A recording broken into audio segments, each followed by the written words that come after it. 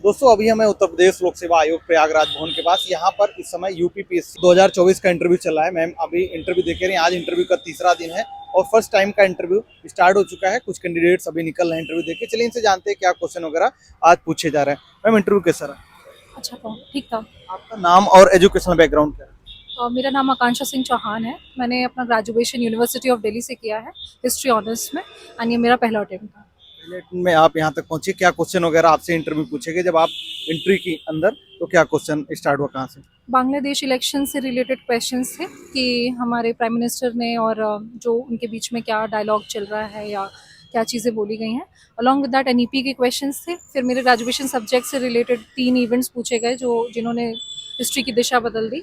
और एनईपी से रिलेटेड ही क्वेश्चंस पूछे गए कि पहले एनईपी से रिलेटेड ऐसा कौन सा रिफॉर्म है जो पहले भी हो चुका है, जिसने ऐसा ही कुछ रिफॉर्मेटिव स्टेप लिया हो, समथिंग। स्टार्टिंग में आपका इंट्रोडक्शन पूछा गया, तब आपको ग्रेजुएशन के बारे में उनको पता चला क्या सब्जेक्ट आपका है, क्या चीज़ है?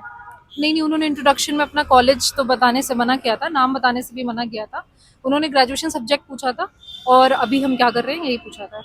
इंट्रोडक्शन में क्या क्या चीज़ बताने के लिए बोला था, थोड़ा बता पाएंगे? हाँ, उन्होंने यही पूछा कि बिना अपना नाम बताए, अपना कॉलेज और अपना प्लेस ऑफ बर्थ बताए, अपना इंट्रोडक्शन दीजिए और अभी बताइए आप अभी क्या कर रहे हैं।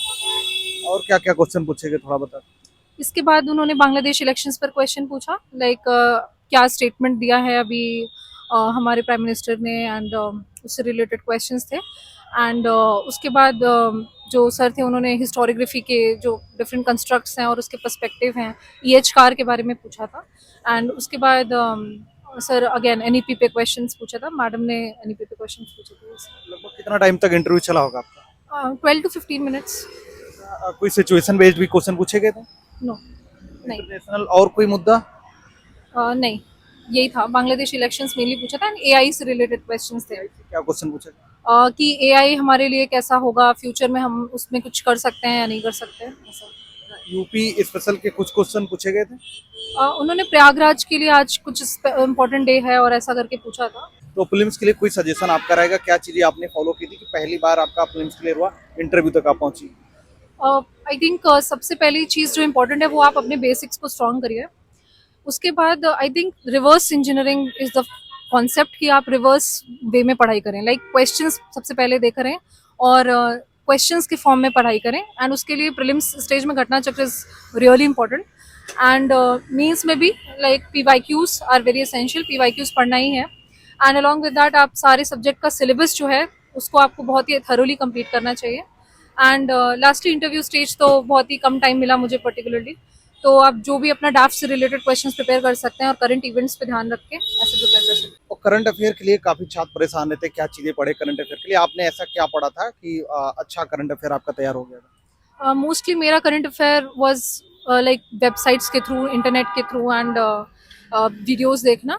Generally I was not a follower of newspaper, but हाँ occasionally I used to refer to the newspapers, like for interview मैंने न्यूज़पेपर पढ़ा है। आपको क्या लगता है कि जैसे मैगजीन वगैरह आती है वो भी एक अच्छा सोर्स होता है, क्या आप उसको नहीं पढ़ती थी मंथली, या फिर वेबसाइट से आपको ढूंढना ये चीज़ें यहाँ से पढ़ना? I think daily news follow करना इज अ मस्ट। उसके बाद magazine is like magazine is also very essential, but वो आप डेली और वीकली न्यूज़ आप पढ़ते रहते हैं तो उसके बाद आप मैगजीन रेफर करते हैं तो वो ज़्यादा फ्रूटफुल होता है। तो magazines are also good, but daily follow करना तो। एग्जाम के समय में भी कोई मैगजीन आप पढ़ती थी? जब एग्जाम के समय 10-15 दिन पहले मैगजीन आती है, कौन सी पढ़ती थी आप? प्रीलिम्स में तो आई दृष्टि इज द थिंग, तो आई दृष्टि पढ़ते थे। एंड मेंस में it's more about current associated with mains के टॉपिक्स, तो वो साथ साथ में पढ़ लेते थे इंटरनेट से सर्च करके और इस तरीके से। एंड मेंस में भी घटना चक्र की कुछ बुक्स का मैंने हेल्प लिया था। मेंस का ऐसा कोई मतलब जो करंट इवेंट के रिलेटेड सवाल पूछे जाते हैं मेंस के, तो क्या उससे रिलेटेड कोई बुक्स या मैगजीन वगैरह कुछ आती है कि आपके मेंस का एग्जाम कवर करता है उसमें? आई थिंक करंट का बहुत रोल मेंस में नहीं होता है, बट जितना होता है उसके लिए आप लाइक पॉलिसीज का डॉक्यूमेंट रिलीज करते हैं इंस्टीट्यूट्स, उसको आप रेफर कीजिए कि यूपी की जो भी रिसेंट पॉलिसीज एनरोल हुई हैं या रोल आउट हुई हैं उसको आप देखिए।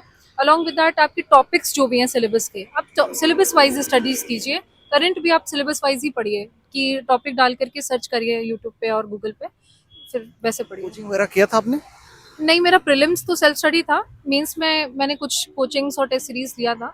इसके बाद फिर इंटरव्यू के लिए मॉक्स दिए थे। टेस्ट सीरीज कैसे, मतलब कोचिंग में ही जाके आपने आंसर राइटिंग करना स्टार्ट किया था, या फिर जब आप फिल्म्स की तैयारी कर रहे थे उसी दौरान आप मेंस का आंसर राइटिंग वगैरह कुछ कर रही थी? नहीं, I was always a student जो मेंस पहले पढ़ता है, तो मैंने ग्रेजुएशन टाइम पे ही मेंस का काफ़ी टेस्ट वगैरह लिया हुआ था and year long test series I use to take for the mains. उसके बाद जब एग्जाम की बारी आई तो I was completely switch to prelims.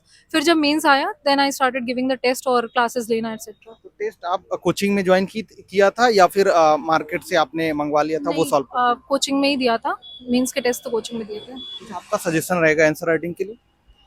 Answer writing is must, like I think mains का जो कोर वो है टिप, सक्सेस टिप, वो यही है कि आप आंसर राइटिंग ज़्यादा से ज़्यादा करें। वो ही सबसे इंपॉर्टेंट चीज़ है। आप डेली क्वेश्चंस लिखें, वीकली लिखें, मंथली लिखें, फिर फाइनल टेस्ट सीरीज भी लिखें, बिकॉज लिख करके ही उसमें कितना टेस्ट आपने लिखा होगा मेंस के लिए? मैंने डेली के daily I think 5 questions I use to write and along with that weekly 10 to 20 questions I use to write. And इसके बाद जो टेस्ट सीरीज होती है फाइनल, वो 10-20 टेस्ट वो भी थे, तो ओवरऑल काफ़ी क्वेश्चंस लिख लिए थे मैंने मेंस में। प्रीलिम्स में भी टेस्ट लगाए थे आपने? जी, प्रीलिम्स में भी टेस्ट लगाए थे एंड प्रीलिम्स में मेनली, लेकिन जो घटना चक्र के थ्रू आप पीवाईक्यूज कलेक्ट होते हैं वो बहुत सारे होते हैं, तो वो पीवाईक्यूज को रिवाइज करना इज द मस्ट। और मेंस पे भी पीवाईक्यू बहुत इंपॉर्टेंट है, उसके बाद आप टेस्ट भी दे सकते हैं साथ में। घटना चक्र अगर कर लिया जाए तो प्रीलिम्स के लिए सफिशिएंट रहता है जो उसकी सातों बुकलेट आती है वो, या फिर एक्स्ट्रा कुछ सोर्स आपको पढ़ना पड़ेगा, टेस्ट सीरीज अलग से लगाना पड़ेगा? घटना चक्र अपने आप में कंप्लीट नहीं है, but it's like it's very important. घटना चक्र से क्वेश्चन रिपीट होते हैं इसलिए नहीं पढ़ना है, घटना चक्र को इसलिए पढ़ना है बिकॉज आप उसी कॉन्सेप्ट को समझ जाएंगे कि ये कितने वे में पूछा जा सकता है। एंड आपको एक होलिस्टिक स्टडी करने के लिए घटना चक्र इज इंपॉर्टेंट। आप उसको क्वेश्चन सॉल्व करें, उसके साथ उसका जो नीचे सोल्यूशन लिखा रहता है उसे भी पढ़ें, तो वो इसके लिए इंपॉर्टेंट है घटना चक्र।